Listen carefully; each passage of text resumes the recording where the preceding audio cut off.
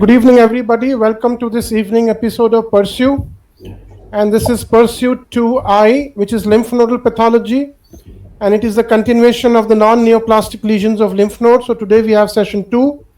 And to speak on that, we have Dr. Colonel Jasvinder Kaur Bhatia. She is an MBBS AFMC Pune and MD Pathology from AFMC Pune with a training in oncopathology in the famous Tata Memorial Hospital. She has been in the Armed Force Medical Service for the last 27 years. She is a recognized postgraduate teacher of Pune University, MUHS, WBUHS, UG and PG examiner of MUHS Nasik. Special interest in oncopathology, cytopathology, molecular pathology. She is also a fellow of the Indian College of Pathologists, with life member of ISC and IPM, with multiple national and international publications, guest speakers in various national and international forums. And presently, she is a professor and head in the AFMC in the Department of Pathology, Command Hospital, Eastern Command. So with that, let me request ma'am, please share your screen and let's start. Thank you so much. Good evening to you all. Thank you for the kind introduction, Dr. Nadeem. Let me just press present yes, now. Yes, your yes. entire screen. Yes. And share the screen. Yes. Yeah, I can see your screen, ma'am. Just make it full screen, please. Yes. Is it okay? Perfectly fine, ma'am. Just press that hide thing so that it goes away. Yeah. Okay. Perfect, ma'am. Please start. Thank you so much. Sorry for the delay. Yeah, good evening to you all. I bring greetings from Command Hospital, Eastern Command, Kolkata. And this session of non-neoplastic lesions of the lymph node will continue from the follicular lesions which we completed in the last session. So this is a short outline of the talk that I'm going to take. The other sections of the lymph node, that is the patterned approach. So we'll be talking about the paracortical expansion, the sinus expansion, the granulomatous lesions, suppurative, necrotizing, non-necrotizing, the various benign inclusions in the lymph nodes, and finally I'll conclude the talk. So the paracortical expansion is basically the paracortical region of the lymph node expands because of the presence of cells, and the basic lesions which are present in paracortical expansion are dermatopathic lymphadenopathy, inflammatory pseudotumor of the lymph nodes, Kikuchi Fujimoto disease, systemic lupus erythematosus, viral lymphadenitis, and drug-induced lymphadenopathy. So we'll be taking these lesions one by one. Coming to sinus expansion, the prototype of sinus expansion is Rosai-Dorfman disease, sinus histiocytosis with massive lymphadenopathy, Langerhans cell histiocytosis, which some people now take it as a neoplastic lesions, lipogranulomatous reaction, silicon lymphadenopathy. Granulomatous lesions can be suppurative or non-suppurative, which are because with epithelioid granulomas. Suppurative lesions, the prototype is cat scratch disease, lymphogranuloma venereum, tularemia. Granulomatous lesions which do not show suppuration can be necrotizing or non-necrotizing. These can be TB, atypical mycobacteria, leprosy, fungal infections, and non-necrotizing lesions are sarcoidosis, berylliosis, protozoal and metazoal infections, lymph nodes which drain carcinomas, and reaction to foreign material. So the first lesion is dermatopathic lymphadenopathy. It's usually associated with skin disease, may be benign, or may be associated with mycosis fungoides or Sézary syndrome. The patient has pruritus, eosinophilia. Mostly the lymph nodes which are enlarged are axillary or inguinal. The basic architecture is preserved, and paracortical expansion occurs, leading to formation of pale confluent areas. There is an increase in histiocytes and specialized cells. Here in dermatopathic lymphadenopathy, you have interdigitating dendritic cells and Langerhans cells. IDCs are S100 positive and CD1A negative, and Langerhans cells are S100 positive and CD1A positive. Phagocytic histiocytes, plasma cells and eosinophils, and follicular hyperplasia may be seen in earlier stages. So this is how the dermatopathic lymphadenopathy looks like. You can see the paracortical expansion. Main cellular constituents are IDCs, Langerhans cells, and small lymphocytes. And this is a kind of a nodular appearance. So at a scanning power, you can see this paracortical expansion, and then further you can categorize it. These nodules, paracortical nodules, they compress the germinal centers and the follicles. You'll see these cells, you'll see interdigitating dendritic cells, Langerhans cells and histiocytes, and pigment-laden histiocytes. You see pigment in dermatopathic lymphadenopathy. So paracortical expansion, presence of IDCs and Langerhans cells in histiocytic proliferation and pigmentation. Both IDCs and LCH cells are positive for S100, CD1A positivity for Langerhans cells, and these rest of the cells are T cells or CD3 positive. These need to be differentiated with other diseases like viral infections which do not show a pale appearance, toxoplasma, which we spoke about in the last session, the triad of features. Classical Hodgkin's lymphoma will show Reed-Steinberg cells, and extensive involvement of lymph nodes and mycosis fungoides, the other features, morphological features, will be present. Coming to the second lesion, that is the inflammatory pseudotumor of the lymph node. Inflammatory pseudotumor is a benign self-limiting condition which occurs because of many reasons, and the exact etiology is not known. It affects single nodes or nodal groups. Patient may have raised ESR, anemia and hyperglobulinemia. Nodes become large, hard and matted, and the cut surface is a fish flesh appearance. On microscopy, there is a spindle cell proliferation which consists of histiocytes, myofibroblasts and blood vessels showing a storiform pattern. Variable infiltrate of lymphocytes, plasma cells and neutrophils. Areas of fibrosis may be seen, and the importance of this is that it may get misdiagnosed as a malignant condition. So pathologists must be aware of this condition, that yes, inflammatory pseudotumor is a benign lesion which they should be able to distinguish. This is how the inflammatory pseudotumor looks like. The main areas which are involved, as you can see, are the medulla, hilum, trabeculae and the capsular area, wherever you have the skeleton of the node, and you'll see this pale area which is present in the node. There is a mixed population of fibroblasts, lymphocytes and plasma cells with occasional residual follicles may be noted. And there is a storiform appearance of these spindle cells, storiform like a wheel, and storiform appearance, and some lymphocytes here, histiocytes. So this appearance should give an indication of inflammatory pseudotumor of the lymph node. In various stages, you can see various areas, various appearances. Like in stage 1, you will see partial involvement of the node. It's a small nodule. Stage 2 shows a replacement of the entire lymphoid tissue by these inflammatory cells and fibroblast proliferation. And then as the fibrosis increases, there are areas of dense sclerosis with very few inflammatory cells. Spindle cells will have a very bland kind of a nuclear features admixed with background small lymphocytes, eosinophils and plasma cells. And the fibroblastic component is positive for smooth mesel actin. You can see here again, spindle cell proliferation, histiocytes and blood vessels are also present, infiltrated by lymphocytes and plasma cells. So, a cell proliferation which is centered on hilum, trabeculae and capsule, fascicles and whorls of spindle cells, storiform pattern, presence of fibroblasts and histiocytes, vascular proliferation, inflammatory cells. No, there is no nuclear atypia, moderate amount of mitosis is seen, large number of lymphocytes, plasma cells and neutrophils, hardly any eosinophils or necrosis. There is a chronic course and there is a spontaneous remission in these cases. But they need to be differentiated from Hodgkin's lymphoma, mycobacterial spindle cell pseudotumor, which occurs with the avium intracellular, which we'll be coming to later, which also shows storiform pattern, but one would see acid-fast bacilli.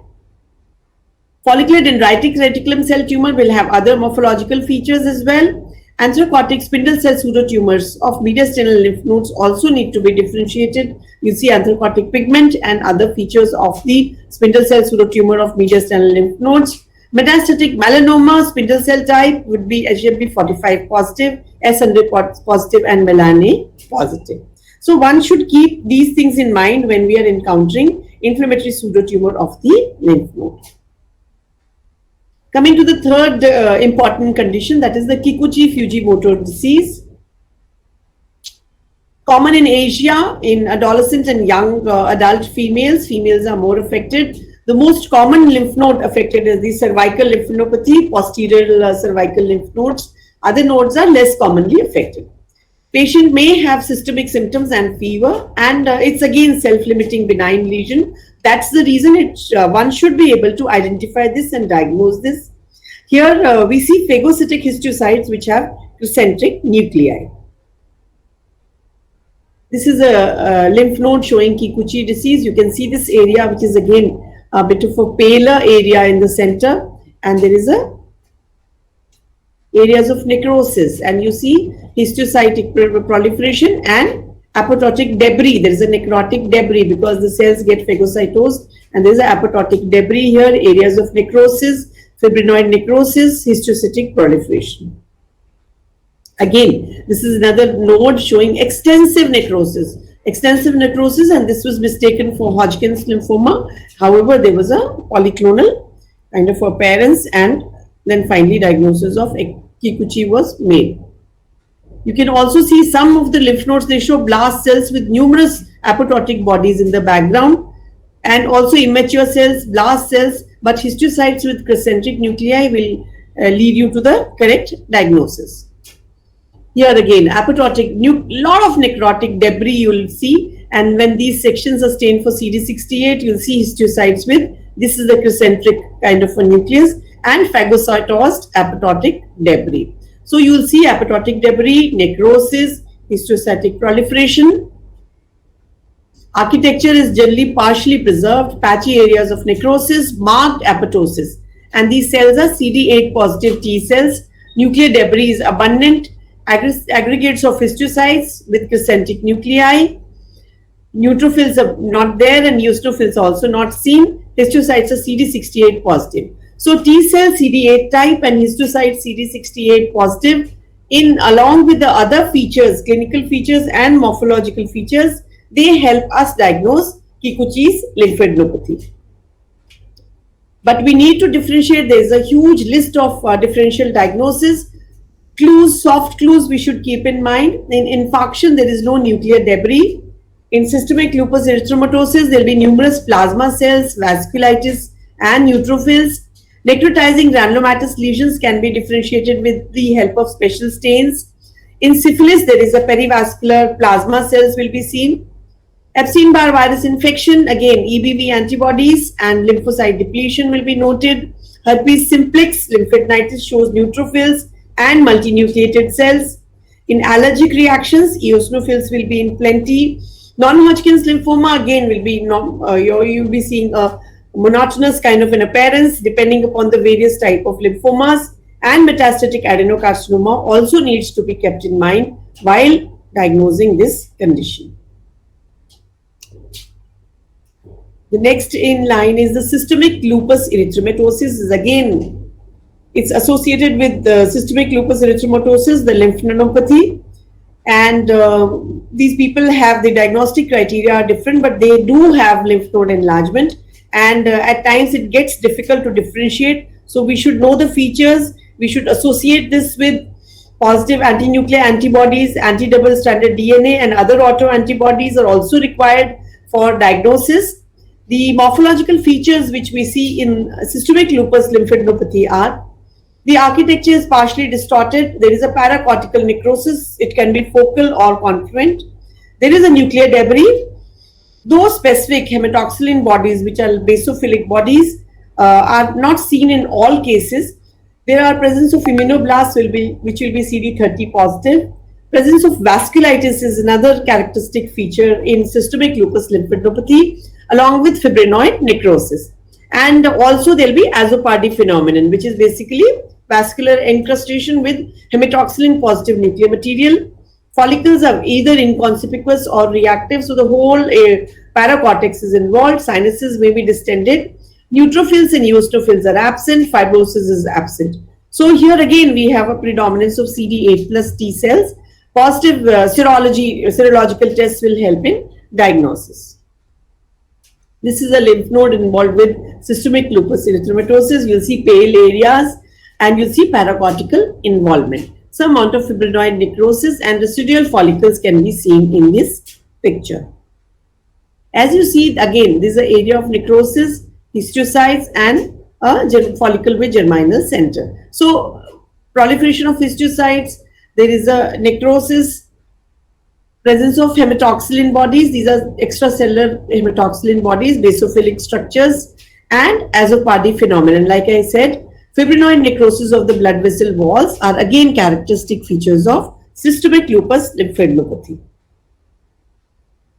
These need to be differentiated from, again, Kikuchi-Fujimoto because of the presence of necrosis. But Kikuchi-Fujimoto's disease will have the debris, will not have vasculitis and other features of SLE.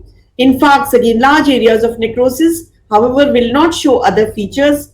Infectious mononucleosis will have apoptotic bodies, but large cells, immunoblasts, will be more in viral lymphadenitis. Cat scratch lymphadenitis we'll be discussing. Syphilitic will again vasculitis and presence of plasma cells.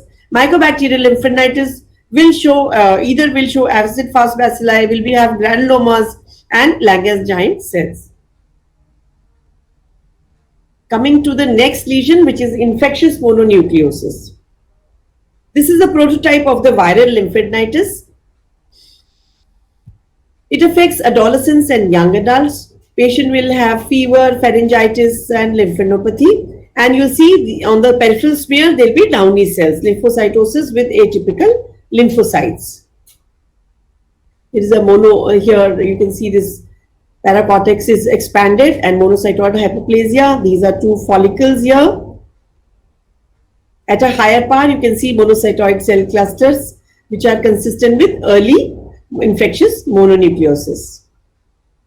Again, there is a starry sky kind of an appearance with immunoblasts are there and there are apoptosis also. There is a blast hyperplasia, multinucleated cells, which one may mistake for RS cells of Hodgkin's. But one should keep in mind that these cells also can be seen in infectious mononucleosis. So a partial architectural effacement, an expanded paracortex. The appearance is like a mottled pattern because of the histiocytes, because of immunoblast and a polymorphous cellularity. RS cells type of cells can be seen. There is may have marked follicular hyperplasia with apoptosis, tingible body macrophages. Mitosis are frequent. Sinuses also may get dilated and foci of necrosis are common. These lesions may have capsular and pericapsular infiltration as well. EBER, that is basically in situ hybridization for Epstein-Barr virus, RNA. You will see scattered lymphocytes in the interfollicular region. They have the virus and most of the infected cells are intermediate to large lymphocytes. So in difficulty, one can do in situ hybridization for diagnosis. Immunoblasts are again a mixture of both T and B cells, and the molecular studies show no evidence of monoclonal gene rearrangements in infectious mononucleosis. To differentiate these morphological features and these other tests help to differentiate from other viral lymphadenitis. CMV will be EBV negative. Large cell lymphomas, other tests will help monoclonality. Toxoplasmosis with the presence of triad, anaplastic large cell lymphoma, ALK and other morphological features. Nodular lymphocyte predominant Hodgkin lymphoma can also be mistaken at times because of the presence of RS-like cells, but other features they help us differentiate because this will show small reactive lymphocytes and histiocytes and few LNH type of cells. Classical Hodgkin lymphoma also can come in the differential diagnosis, but with the proper morphological and immunohistochemical stains, one can easily differentiate. Coming to the drug-induced lymphadenopathy, this is another important chunk of the non-neoplastic lesions. Sometimes patients who are on drugs, especially on anticonvulsant therapy, they present with lymphadenopathy. So pathologists must be aware of the drugs which cause and what are the features which can differentiate this from other lesions which are more sinister. So these patients may have fever, skin rashes and lymphadenopathy.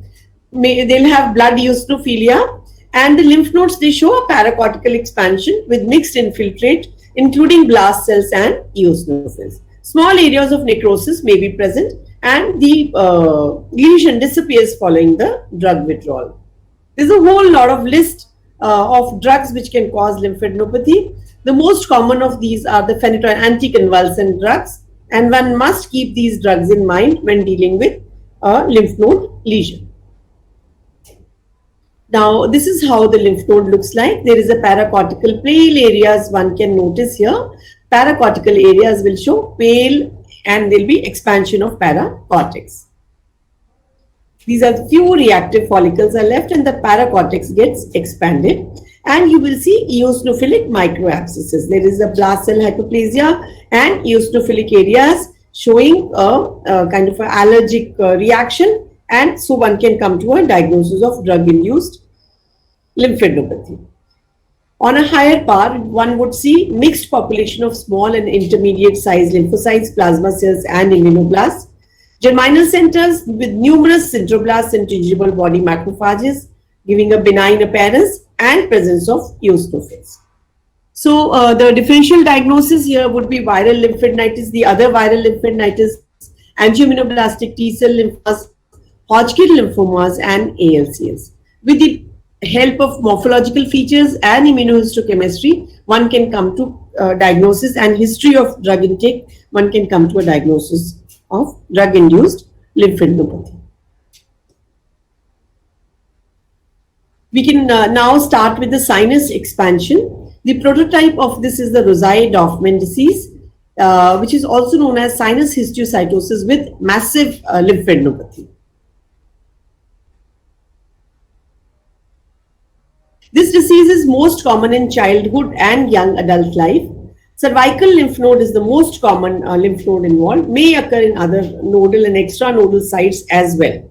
So it can occur in skin and other areas as well. The patient presents with fever, night sweats, weight loss, malaise and arthralgia, and anemia and raised ESR. On morphological examination, there is a capsular fib capsule gets involved. The sinuses are expanded by histiocytes with rounded nuclei, with prominent nucleoli and abundant cytoplasm. And the characteristic feature of Rosai-Dorfman disease is these histiocytes show engulfed lymphocytes and other hematopoietic cells, which is also known as emperipolysis, and along with large number of plasma cells in medullary pods. So this is how a typical lymph node of Rosai-Dorfman disease looks like. There is a sinus expansion. All the sinuses are full with these histiocytes as we talked about, and some residual follicles are seen in the nodes. Proliferation of large histiocytes with pale cytoplasm, some residual follicles here, and these histiocytes exhibit emperipolysis. Emperipolysis is basically that these histiocytes, they engulf the small lymphocytes and in the phagocytes. These cells are all the cells are S100 positive. The small lymphocytes are negatively stained, and you can identify these lymphocytes inside the histiocytes. So we have proliferation of sinus histiocytes, lipid deadened macrophages can be seen. There's some areas some of the nodes may not show any necrosis. There is no mitosis. The SHML cells, which are the histiocytes with engulfed lymphocytes showing emperipolysis, these cells are S100 positive, CD1A negative, and monocyte macrophage antigens are positive. They need to be differentiated from sinus histiocytosis, malignant histiocytosis, granulomatous lesions, and Langerhans cell histiocytosis, which will be, those cells will be CD1A positive, and rest of the Hodgkin's lymphoma, which will show typical morphological features which can help differentiate these from Rosai-Dorfman disease. The next lesion is a lipogranulomatous lesion. Now we need to be aware of this reaction and the substances which cause deposition of lipid in the lymph nodes. So sinuses will show lipid vacuoles which are surrounded by foamy histiocytes. There will be a giant cell reaction to it. Now these lipids can be exogenous lipids, endogenous lipids, And silicone lymphadenopathy is another lesion which one must be aware of. Certain infective causes like Whipple's disease, Hansen's disease, and metabolic causes or storage disorders like Niemann-Pick and Fabry's disease can lead to the deposition of lipid in the nodes. So, to reach a correct diagnosis, we need to see the history of any infection, inhalation, history of cholelithiasis, diabetes, obesity. They lead to the deposition of lipid in the nodes. Lymphangiogram, any lymphangography being done. So what would we see? Lipid microcysts, droplets which are encircled by multinucleated giant cells, and these giant cells will be foreign body type of giant cells. Epithelioid cells may be noted, and sometimes the lymph nodes, they show atrophy and fatty metamorphosis of the structures of the lymph node. Now this is how the lipid lymphadenopathy looks like. See, microcysts and lipid droplets within the multinucleated giant cells of foreign body type, and these are small. You can see these lipid droplets here, they'll be smaller in size, and you see of varying sizes, and this is a giant cell, and these are the microcysts and lipid droplets. So the differentials would remain Whipple's, fungal infections, Mycobacterium, TB, tubercular lymphadenitis, sarcoidosis, and silicone lymphadenopathy. Whipple's disease caused by Tropharema whippleyi. The patient will have diarrhea, wasting illness, basically a systemic lesion, but a systemic disease with multiple lymphadenopathies. Here again, one would see foamy histiocytes, intracellular and extracellular past positive deposits. Here, and one must remember that these deposits of degenerated bacteria are past positive, and these are odd-shaped bacilli with trilaminar walls. This again lipid microcysts and lipid deposition, paracortical expansion, some areas showing paler areas of histiocyte collections. Again, foamy histiocytes, these are the lipid vacuoles, and past staining showing large number of bacilli in the foamy histiocytes. Coming to silicone lymphadenopathy, now if there is a history of cosmetic, reconstructive or orthopedic surgery, we can suspect, and the patient comes with either axillary or inguinal lymphadenopathy, and we can suspect a silicone lymphadenopathy. The architecture is partially effaced. One would see extracellular empty looking vacuoles of various sizes, histiocytes with intracellular foamy vacuoles, and clear substance which is not stained by H&E, alredo past mucicarmine. Foreign body multinucleated giant cells may be seen. Now this is the silicone implant which is generally used for breast reconstruction, and the lymph node enlargement, axillary lymph node showing collections of foamy macrophages. Here you can see these foamy macrophages, occasional giant cells will be noted, and here you can see these stellate structures or asteroid bodies also can be noted, and some refractile material which is actually silicone in the giant cells. Again, the paracortical giant cell reaction to particulate silicone from a joint prosthesis. So pathologists must be aware of these lesions to correctly diagnose this and have a proper history. To differentiate these from lipogranuloma, fat necrosis, metastatic lobular carcinoma of the breast sometimes looks like this, so that should be kept in mind. Signet ring cell carcinomas, RCCs, and non-Hodgkin's lymphoma, of course, will come in the diagnosis. So a correct history, clinical details, morphological details, soft clues will help us diagnose the correct lesion. Now coming to the granulomatous lesions. Now suppurative lesions are the cat scratch disease, lymphogranuloma venereum, tularemia, and epithelioid granulomas, which can be either necrotizing or non-necrotizing. Now the granulomatous pattern is basically characterized by the presence of granulomas, which are localized aggregates of histiocytes as the most prominent features. They can be with suppuration or they can be without suppuration. The granulomas, which are form of epithelioid histiocytes, can be again non-necrotizing or sarcoid-like granulomas, or necrotizing, which the prototype is tuberculosis. Suppurative granulomas will usually involve the lymph nodes draining the portal of entry. and they'll have monocytoid B cell hyperplasia with a variable infiltrate of polymorphs. Areas of necrosis will be there, surrounded by palisaded histiocytes, and generally the areas of necrosis will assume a serpiginous or a stellate type of shape. And one thing one must remember here is that special stains, culture, and the PCR, and basically ancillary studies will help us reach a diagnosis. The suppurative granulomatous lymphadenopathy can be caused by Bartonella, that is cat scratch disease, Chlamydia, Lymphogranuloma venereum, Francisella, tularemia, Yersinia, Listeria, Pseudomonas mealy, which causes glanders, and Pseudomyeli, which causes melioidosis. The morphological features will be similar, and special studies would be required to diagnose. Cat scratch disease is the prototype caused by Bartonella henselae, which is a gram-negative bacillus, leads to unilateral lymphadenopathy. The lymph nodes are matted, causes necrotizing granulomas, will have central microabscesses with neutrophils, and will have peripheral palisading epithelioid cells. Rare multinucleated giant cells may be noted, and this is positive for Warthin-Starry silver stain. 10-year-old girl with enlarged tender axillary nodes. This is how the node looks like, and you see these microabscesses on scanning power. At a higher power, you can see the necrosis here and kind of a stellate abscesses with palisading histiocytes. Another picture here, the central necrosis followed by histiocytic collections.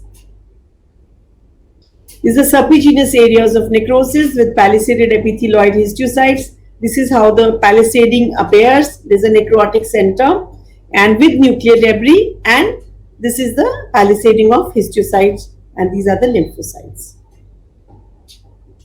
Showing epithelioid macrophages, and the necrotic cells have a pycnotic nucleus. A lot of carrier axis and seen in all stages of the disease.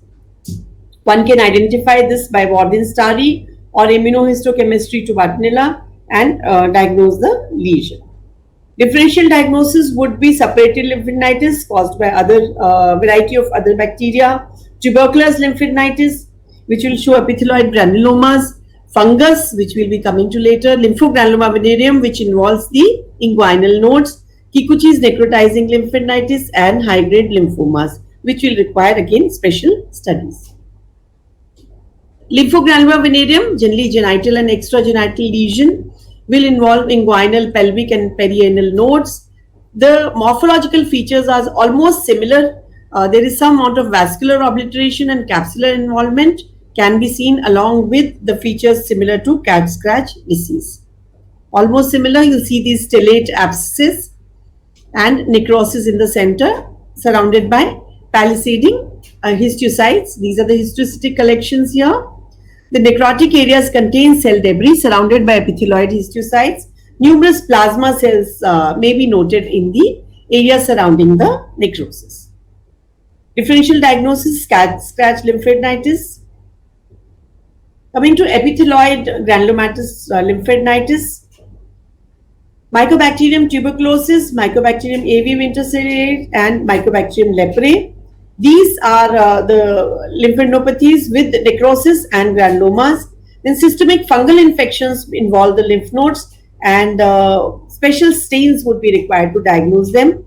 Non-necrotizing granulomas, sarcoidosis, and lymph nodes draining the carcinoma sometimes may show granulomas.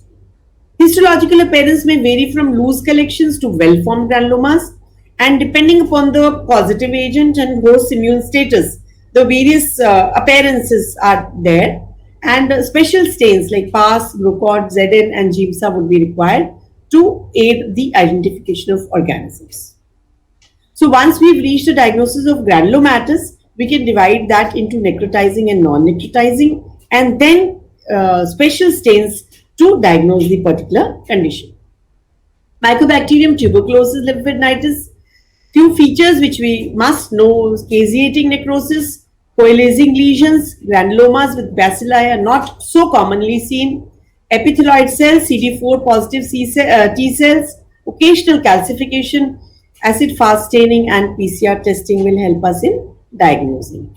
This is how a tubercular lymph node appears like. and you will see multiple epithelioid granulomas with a caseous, specific caseous appearances there. It's known as the caseous necrosis, which is a totally a coagulative necrosis with total loss of the cell outlines lined by these epithelioid cells and giant cells. Again, another area of necrosis lined by these giant cells. Epithelioid, these have characteristic, as everybody, this is like you can appreciate the slipper shaped nuclei, epithelioid granulomas, Langhans giant cells, which will have the nuclei arranged in a periphery. Here in again another appearance, you see this caseous necrosis, the periphery showing the giant cells, Langhans giant cells and epithelioid cells. Slightly higher part, the epithelioid cells, the giant cells and the caseous necrosis. Acid-fast bacilli are beaded rod-shaped AFBs, and the number of bacilli will depend upon the local immunity. And where they are seen? At the periphery of necrotic areas, among the epithelioid cells, and rarely within the cytoplasm of the giant cells. And a huge number of organisms must be identified, must be present to be identified by a special AFB stain.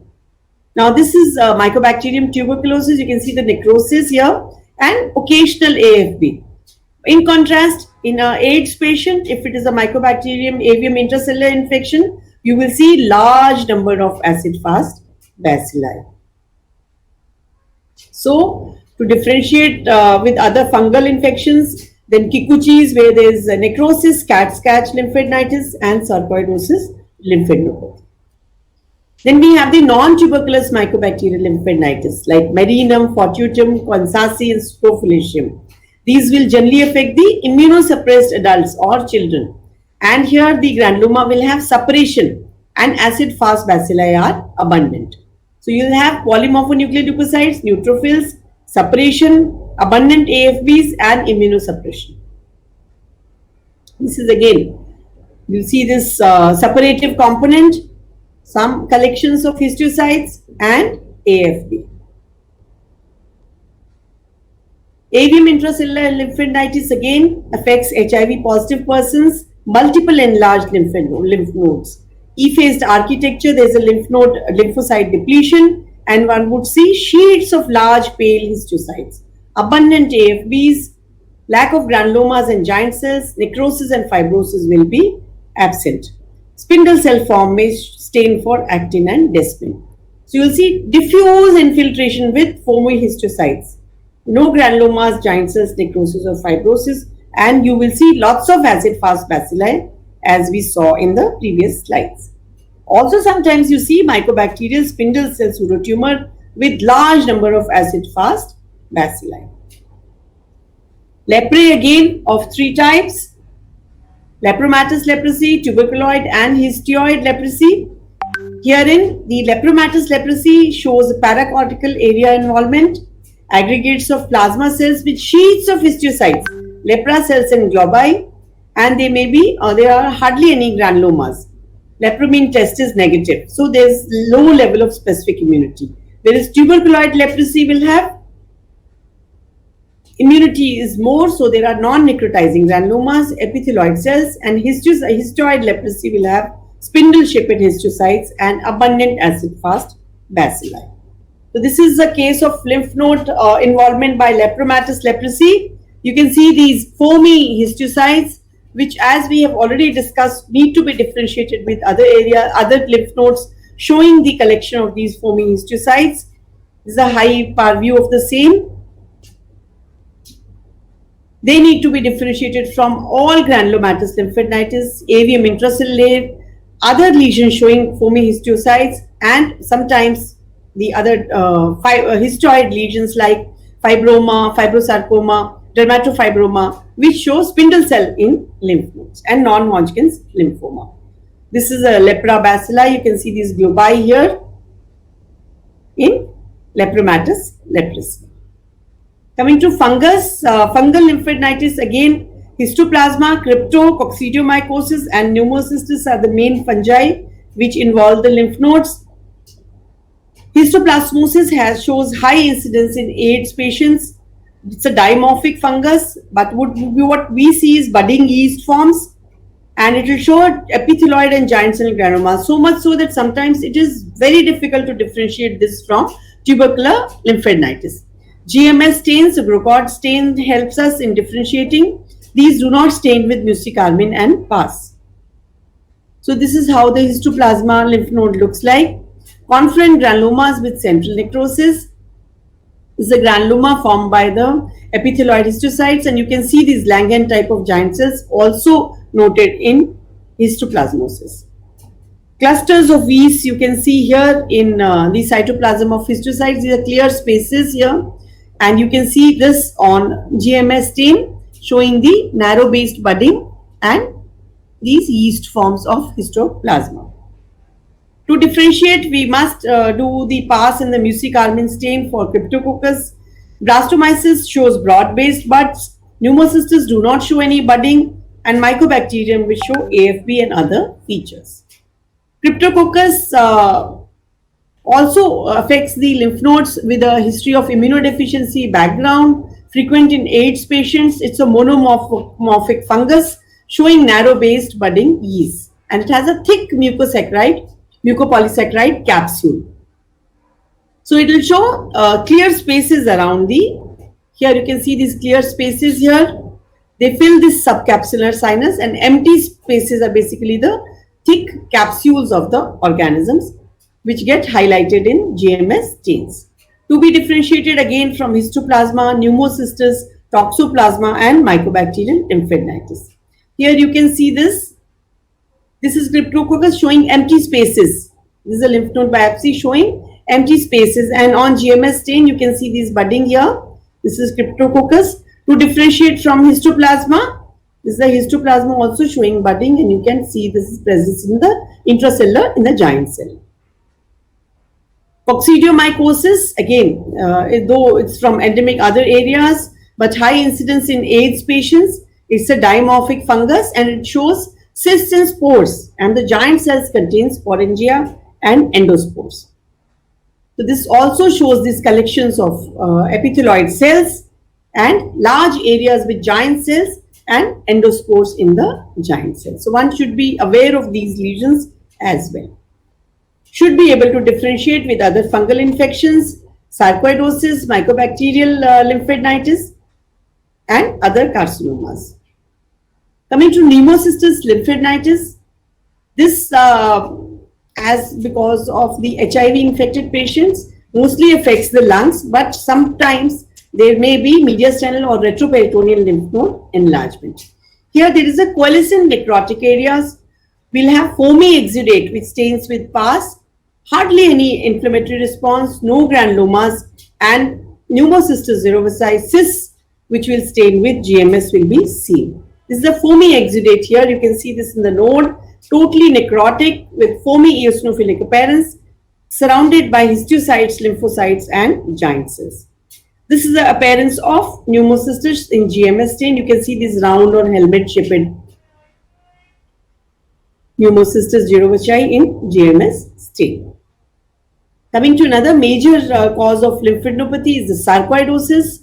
This is a multisystemic lesion, pulmonary hilar lymphadenopathy. Necrosis is absent or focal. This will have epithelioid cells, presence of asteroid bodies and Schaumann bodies.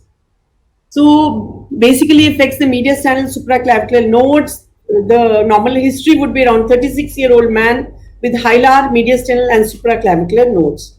These are the nodes which are affected by sarcoidosis. You can see the appearance, gross appearance, and on microscopy at a scanner power you can see these various epithelioid granulomas. And how do these granulomas look like? They are discrete. They are discrete granulomas. They are not confluent. They are not merging into each other, and there is no necrosis. Hardly any necrosis is noted. Again, giant cells can be seen. These are histiocytic collections. They are tight clusters of histiocytes and with fibrosis around them. You can see this. So they are discrete granulomas composed of histiocytes. You can have giant cells with no necrosis. Specific bodies which are seen, those seen in other lesions as well, but in literature these have been described as specific for sarcoidosis. This is a stellate shaped body. You can see this asteroid body here. And Schaumann body is basically calcific concretion. So presence of these can help as soft clues in cases of suspected cases of sarcoidosis. You see tight collection of histiocytes, no necrosis. CD68 highlights the histiocytes showing sarcoid granulomas. Plus other features like hypercalcemia, angiotensin converting enzyme, elevation, depressed CMI response, and will help us differentiate this from other lesions like tuberculous granuloma, non-tuberculous mycobacterium, and other fungal infections, berylliosis, and Hodgkin's and non-Hodgkin's lymphomas. Leishmaniasis is another lesion which is transmitted by sandflies, caused by Leishmania donovani. Necrosis is common, but one can see the double-layered membrane LD bodies in the nodes. Now, these are the lesions, superficial lesions. Sometimes lymphadenopathy also occurs, and one can see these collections of histiocytes and intracellular deposition of these LD bodies or a mastigot form of leishmaniasis. So, these are basophilic organisms which will be known as, which are LD bodies present in intracytoplasmic location. Filaria is endemic in our country, transmitted by mosquitoes. Inguinal, axillary, and cervical nodes are affected. One can see the necrotic areas, microabscesses. Degenerating worms will have a reaction, and otherwise adult worm will have no reaction. So sometimes one encounters these in the nodes when a person has a history of being in the endemic area, and other lesions like lymphedema or elephantiasis. Tumor reactive lymphadenopathy, sometimes the lymph nodes enlarge in association with the tumor but may not show the metastasis. So sometimes there is a coexistence of a regional tumor, the lymph nodes get enlarged and there is no metastatic tumor, and one can confirm with the immunohistochemistry. Sometimes the lymph nodes which are in association with the carcinomas may have vascular transformation of the sinuses. So this also can be encountered, and pathologists must be aware of these conditions. There is a proliferation of endothelial lined vascular spaces in subcapsular and medullary sinuses, and sinuses are engorged. One needs to differentiate these from sinus histiocytosis, malignant histiocytosis, SHML, and anaplastic large cell lymphoma. Lymph node infarction is another non-neoplastic lesion which one must be aware of. One may see just a peripheral rim of spared lymphoid tissue with the entire infarction of the entire node, and sometimes ghost-like necrotic lymphocytes of lymphoma cells may be seen, which can be delineated with the help of immunohistochemistry. There may be thrombosis of hilar or intranodal vessels, and necrotizing tissue is reactive in immunohistochemical analysis. Differentials to be kept in mind for infarction are again necrotizing lymphadenitis, granulomatous lesions, hypersensitivity reactions, and the various lymphomas. There is another lesion, proteinaceous lymphadenopathy, which can be because of either amyloid or non-amyloid deposits, and these are again characteristic structure can be noted, and it may replace either partially or complete replacement of the node.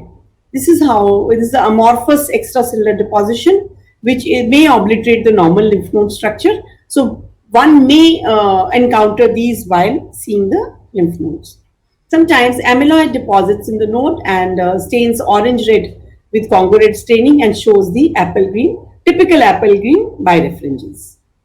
So one must differentiate these from nodular sclerosis, Hodgkin's, and follicular lymphoma also may have proteinaceous precipitates, and diffuse histiocytic lymphoma. Sometimes one can see epithelial cell inclusions. So it's important for us to be aware of these and not mistake these for malignancy, metastatic malignancy. So these are basically either in capsular or subcapsular locations. One may see salivary gland inclusions in upper cervical lymph nodes, thyroid follicles devoid of papillae in the lower cervical nodes, mammary ducts and cysts in the axillary nodes. Sometimes cell clusters may be seen in mediastinal nodes of mesothelial type. Glands may be seen in pelvic lymph nodes, and benign appearance will help us diagnose these lesions. There will be hardly any nuclear pleomorphism or no mitosis, and lack of vascular, lymphatic, and sinus invasion. This is just a cluster of non-malignant appearing glands lying within the lymphoid tissue, and this in the absence of any endometrial stroma. To be differentiated from early metastatic carcinomas and endometriosis, which will have stroma here, and immunohistochemistry can help us differentiate. Lastly, nevus cell inclusions. Also, one must be aware of these lesions so as not to mistake these for malignant melanoma. So there won't be any mitosis here. There will be S100 positive, melanoma, HMB45 positive, and melana positive. Marginal sinus will not be involved, and there will be a monomorphic population with lack of nuclear pleomorphism. These are the nevus cells. You can see these nevus collections here, and they'll be S100 positive, but by very bland looking, benign with absence of mitosis. To be differentiated from malignant melanoma. So history and other soft clues will help us differentiate. To conclude, as a pathologist, it is more important to rule out a malignancy or a lymphoma on a node, and histological features in any given diagnostic entity will vary depending upon the time of biopsy. Depending upon the stage of disease in the various lesions in lymph nodes, the different appearances will help us diagnose these lesions. Also, we must remember that patterns may overlap, or one pattern may predominate over other. So it's not sacrosanct that sinus lesion will show only sinus appearance. One must understand that these patterns may overlap. Paracortical expansion pattern may have a follicular hyperplasia along with it as well, depending upon the stage of the disease. Also, a pathologist adds value by focused differential diagnosis list. So it's not only okay to say that there is no tumor, but we need to guide the clinician by shortening our list of differential diagnosis and reaching a definitive diagnosis which can help the clinician to treat the patient. And for this, knowledge of patient's clinical presentation, pertinent laboratory studies and imaging data is invaluable. I finish here. Thank you so much for patient hearing. Thank you so much, Dr. Nadeem, for giving me this opportunity to share my views and non-neoplastic lesions. Thank you so much, ma'am. We are very much honored by your presence. Please stop presenting so that we can see you. Just stop presenting, please. Okay. Yes. Yeah, just press stop presenting that thing. Yes. Okay. Yeah. Yes. I'm grateful to you, Dr. Nadeem. No, ma'am, we are grateful to you. What a presentation. I mean, I have been to practice for last almost now 28 years now, maybe 30 almost reaching. I have not seen anybody presenting a non-neoplastic lymph node better than this. Let me tell you. Thank you so much. Thank you so really, much. I mean, I am really impressed. And before I go down to talk about my comments on the lecture, I would make a sincere request for you to come back again and speak on another topic of your choice. Sure, you are a wonderful teacher, man. Excellent. Sure. Thank you so much. I can be very clearly seen that you have really worked very hard in preparing this topic and presenting it. It is a real, you can say it's a very good collection for the residents, for the consultants, for everybody preparing for FRC path. It cannot be anything better. That's the idea, that we get a very nicely presented. That's the idea. Thank you so much. Yeah, especially categorizing it into paracortical expansion, sinus expansion, granuloma with suppuration, granuloma with necrotizing, non-necrotizing, inclusion lymphadenopathy. Especially talking about silicone inclusions, which are now so common. It is coming in vogue, and yes, we encounter these things. And what happens is generally because in literature you get very less references, so everybody should be aware of these things practically also, and otherwise also if we have a list of differentials in mind, then only we can kind of diagnose these. Absolutely true, absolutely. And the best part of it is simplifying everything into pattern orientation so that we can always go back and I'm so happy that this lecture would be on the YouTube and everybody can re-see it, re-watch it. We can even access your PDF because you are so nice to share that as well. Yeah. Thank you so much. Because these are so important things, especially now tumor reactive lymphadenopathy. Yes, it is something which which is something which very few people try to look at. Yes, yes. You must be noticing when, Yes, yes. yeah, when we see these radical hysterectomy specimens and the nodes from the inguinal region, we see so much of proteinaceous lymphadenopathy, which are Yes. very common in the lower areas, and we generally Absolutely. get really worried. And generally, Absolutely. these patients are more than 50 years of age, whether this is So amyloid, if we are whether we aware are of looking these at lesions, then only nodulars. we can see. Yes, if we are Yes, aware of these lesions, then yeah, only we can diagnose. yes. So And the last and the most scary thing, which you kept it for the last, which when I saw, I thought I was very scared, was epithelial inclusions and nevus inclusions in lymph yes, nodes. yes, Those are very scary, yes. So one, very if we scary. aware and if we know, then we can Yes. diagnose. Otherwise, every lesion will start diagnosing as metastatic. So Metastasis. I was True. saying it's difficult to rule out a malignancy, Yeah. especially when the suspicion is so high. And clinicians Yes, man. actually Yes. pressurizing that this is a huge node and there is a Yes. malignancy also. So that's the idea. Right. Yeah. Thank Absolutely. you so So much. these are wonderful eye openers, very nicely presented, so nicely put together. It needs a lot of hard work and sincerity, and we are so obliged and so happy to see you coming and presenting to us. I would request you anytime, 2 months later, 1 month later, whenever you are free. I know you are very busy, professionally, administratively as No, well. definitely. And I would love to be part of this and yeah, I would love please to share suggest. it. Yeah, Definitely. we Thank you will so much. discuss with you. Please Yes. suggest any topic which you have on the WhatsApp. We will discuss it out, and we would like you to come Okay. again and again and share your immense knowledge and your teaching skill with us. Thank you so much, ma'am. Thank you. Have a Thanks a lot. nice evening. Good Yeah. night. Take Thank care. you. Thank you Thank you so so much, much. ma'am. Thanks. Please share the Okay. PDF. Thank you so much. Sure, sure. Take care. Bye bye.